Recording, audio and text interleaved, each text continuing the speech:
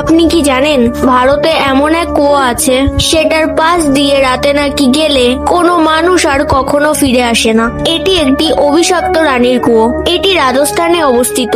তৈরি করেছিলেন রাজা ঈশ্বর সেন। বলা হয় তার রানী চম্পাবতী মহলের গোপন সুড়ঙ্গ দিয়ে এই কুয়োতে স্নান করতে আসতেন, আর সেই কারণেই আজও নাকি ওই কুয়োতে রানীর আত্মা বাস করেন। ওইখানকার স্থানীয় লোকেরা বলেন, যদি রাতে কেউ ওই কুয়োর পাশ দিয়ে যায় তাহলে কুয়োর ভেতর থেকে শোনা যায় রানীর স্নান করার শব্দ আর অদ্ভুত এক ভয়ঙ্কর আওয়াজ। কিছু মানুষ তো নাকি দেখেছে রাতে লাল শাড়ি পরে কুয়োর ধারে বসে আছে এক মহিলা, তার মুখ নাকি দেখা যায় না। আর যারা সেই মুখ দেখেছে তাদের নাকি পরে আর কোনো খোঁজ পাওয়া যায়নি। স্থানীয় লোকেরা আরো বলে যে রানীর মুখ দেখে রানী তাকে শেষ করে দেয়। আপনিও যদি বিশ্বাস করেন যারা মহাদেবের ভক্ত তাদের কোনো খারাপ শক্তি স্পর্শও করতে পারে না, তাহলে কমেন্টে হর হর মহাদেব লিখে দিন।